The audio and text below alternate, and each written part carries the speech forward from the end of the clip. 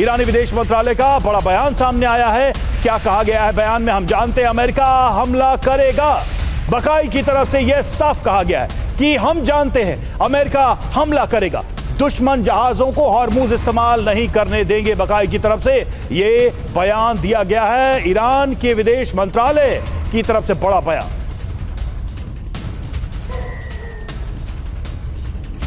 तो देखिए, विदेश मंत्रालय की तरफ से साफ कहा गया, बकाई ये कह रहे हैं कि हम जानते हैं अमेरिका हमला करेगा। मनीष के पास एक बार फिर से चलते हैं। मनीष, दो बातें साफ हैं। एक तो वेनेजुएला में जो गवर्नेंस का मॉडल है वो ईरान का नहीं है। ईरान में अगर देखा जाए दो तरह की सत्ताएं वहां पर चल रही हैं। एक तो सेना है, पॉलिटिकल क्लास है, दूसरी तरफ जो रिलीजियस सुप्रीम लीडर और आईआरजीसी का उनको बैकअप है। एक तो यहां पर यह है, तो इसको कैसे इस पेंच को कैसे सुलझाएगा अमेरिका अगर वो कोई पैरेलल लीडरशिप खड़ा करना चाहता है। और दूसरा, ऐसा लग रहा है बकाई के बयान से कि शायद जो सरकार है और जो सेना है उनके विचार मिलते जुलते हैं। दोनों ये कह रहे हैं कि अमेरिका तो हमला करेगा ही, हम ये जानते हैं।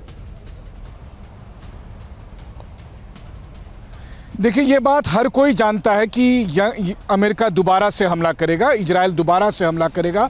जब तक वो ईरान को कमज़ोर ना कर दे, जब तक वो ईरान को लीबिया जैसा ना बना दे, इराक और सीरिया जैसा पूरा डिस्टर्ब ना बना दे, क्योंकि उनको हर हालत में कमज़ोर ईरान चाहिए, तब तक वो हमला करेगा। और वैसे भी देखिए, 40 दिन के जंग के बाद जब ये तय नहीं हो पाया कि जीता कौन है हारा कौन है, तो दोबारा से फिर जंग होगी ताकि ये तय हो सके कि इस बार कौन जीता है। और जब तक ये तय नहीं होता तब तक अमेरिका और इजराइल लगातार कोशिश करते रहेंगे।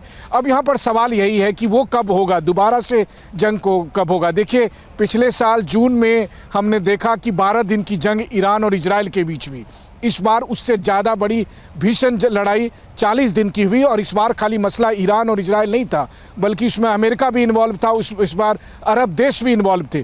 तब भी 40 दिन के बाद तय नहीं हुआ। तो अब तीसरी बार अमेरिका फिर झुंड बना कर आएगा, एक ऐसा झुंड जिसमें कुछ और देश होंगे जो सीधे उससे लड़ाई कर सके। और ऐसा नहीं है कि ये सब कोरी कल्पना है, ये ईरान को पता है। इसीलिए जब ईरान के सरकार के प्रवक्ता ये बात कहते हैं, उनको भी पता है। बस खाली ये तय नहीं है कि ये दूसरा राउंड कब शुरू होगा।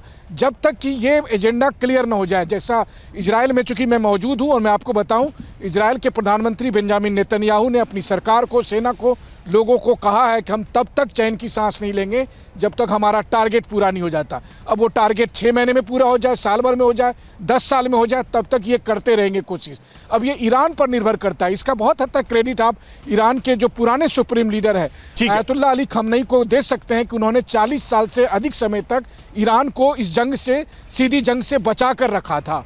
लेकिन अब जबकि 1 साल के भीतर 2 बार जंग हो गया, तो किसी को नहीं पता कि अगले बिल्कुल लेकिन इस बात की संभावनाएं अब फिर से दिखने लगी हैं कि शायद अविश्वास के माहौल में एक बातचीत होनी है दूसरे राउंड की, जिसका शायद कोई नतीजा फिर से ना निकले। हम लौटेंगे आपके पास और देखिए, विनोद ऑगस्टीन सर भी हमारे साथ जुड़ेंगे, उनसे हम चर्चा करेंगे। लेकिन उसके पहले ईरान के सीनियर ऑफिसर ने एक बड़ा दावा किया है, वो आपको बता दें। क्या है दावा?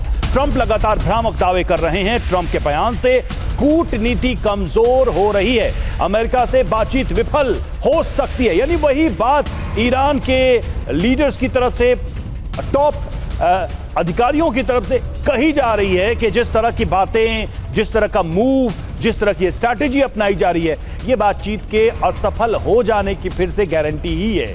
और हमारे साथ देखिए, group captain Vinod Augustine sir जुड़ चुके हैं, डिफेंस एक्सपर्ट। विनोद सर, अविश्वास है, मतलब हॉर्मुज फिर से बंद, ट्रंप की धमकियां फिर से चालू, दूसरे राउंड के लिए पाकिस्तान वहां टेबल लगाने में लगा हुआ है। अभी तक ये क्लैरिटी है नहीं कि भाई पहला कदम शांति की तरफ कौन बढ़ाएगा, क्योंकि ईरान की शर्तें जस की तस हैं, अमेरिका की शर्तें जस की तस हैं। कुछ हो पाएगा? कहीं कोई संभावना आपको दिख रही है, या फिर ये सारी बातें अगले राउंड ऑफ वॉर की तरफ बढ़ती दिखाई दे रही है?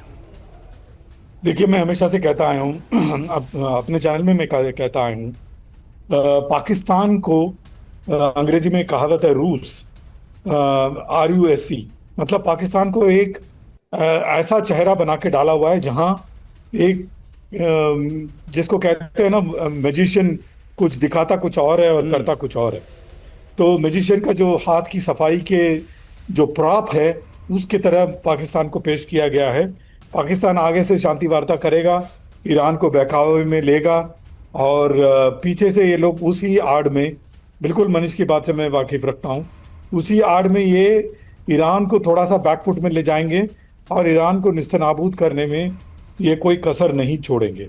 क्या ये ईरान इस बात को जानता है? बखूबी जानता है। ईरान पहली बार नहीं है ये पाकिस्तान के बहकावे में आया हुआ है, पहले इससे भी पहले पाकिस्तान के बहकावे में आ चुका है।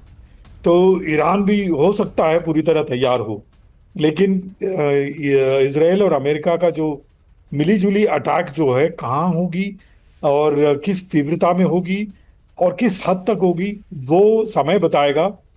और क्या टैक्टिकल न्यूक्लियर वेपन का इस्तेमाल किया जाएगा वो भी अपने आप में एक बहुत बड़ा सवाल है।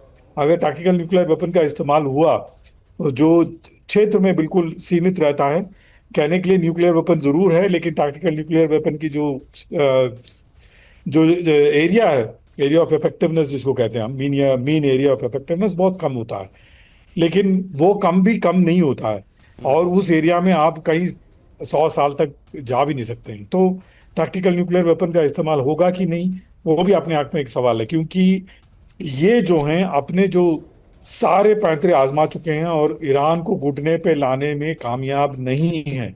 दुनिया जानता है, आप और हम जानते हैं। जिस तरीके से ये ट्रम्प डींगे मार रहे थे कि मैं इनको ये करा दूंगा वो करा दूंगा, हो नहीं पा रहा। बिल्कुल सर। और देखिए, एक सवाल हमेशा मैं पूछता रहता हूं जब भी इस तरह की बात होती है, क्या ट्रम्प, क्या अमेरिका खाली हाथ यहां से लौटेंगे या लौट सकते हैं? हमेशा इसका उत्तर ना में ही आता है। तो जब वो कुछ लेके यहां से लौटेंगे, वो जीत से कम क्या ही हो सकता है, और उसके लिए शायद ये किसी हद तक जाएं, जैसा कि आप भी कह रहे हैं, आप भी आशंका जता रहे हैं, वो भी एक डिबेट है।